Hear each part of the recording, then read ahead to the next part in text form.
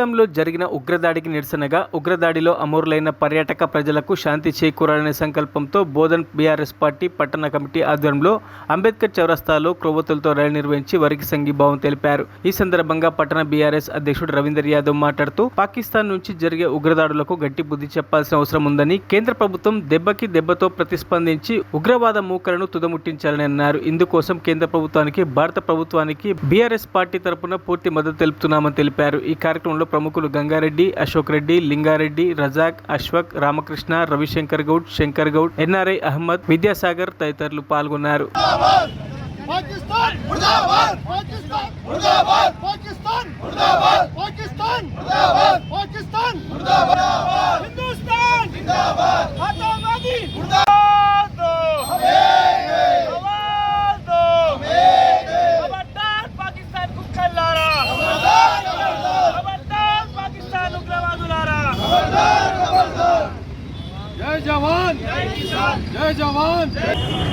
ఏదైతే జమ్మూ కాశ్మీర్లోని పహల్గా అనే ఒక ప్రాంతంలో పర్యాటకులందరూ కలిసి అక్కడ ఉన్న సమయంలో పాకిస్తాన్ తీవ్రవాదులు వచ్చి అక్కడ అటాక్ చేసి 26 మందిని చంపడం జరిగింది. ఏదైతే పాకిస్తాన్ తీవ్రవాద కుక్కలు వీటికైతే ఏదైతే దాడులకు పాల్పడుతూ ఉన్నారో వారికి మేము ఒకటే హెచ్చరిస్తూ ఉన్నాం. ఖచ్చితంగా దీనికి ప్రతీకారం మా యొక్క సైనికులు ఖచ్చితంగా తీసుకుంటారు. అలా చర్యలు తీసుకునే విధంగా ఈ కేంద్ర ప్రభుత్వం కూడా చర్యలు తీసుకోవాలని ఈ సందర్భంగా మేము కోరుకుంటా ఉన్నాము.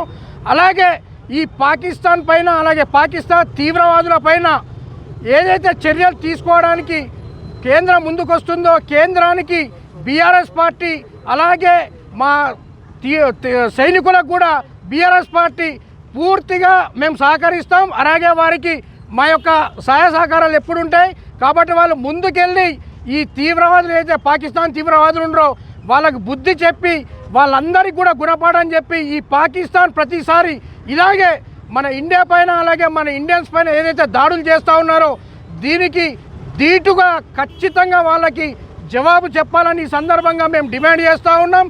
అలాగే ఏదైతే ఈ పాకిస్తాన్ తీవ్రవాద కుక్కలు దొంగతనంగా వచ్చి ఇక్కడ ఏదైతే దాడులు చేస్తూ ఉన్నారో మీకు దమ్ము ధైర్యం ఉంటే మా సైనికులతో పోరాడండి, మా దమ్ము ధైర్యం ఏందో మీకు చూపిస్తామని ఈ సందర్భంగా హెచ్చరిస్తూ, అలాగే ఈ ఏదైతే దాడి జరిగిందో దీనికి మతాలకు, కులాలకు అతీతంగా మేమందరం కూడా సంఘీభావం తెలుపుతూ ఉన్నాము.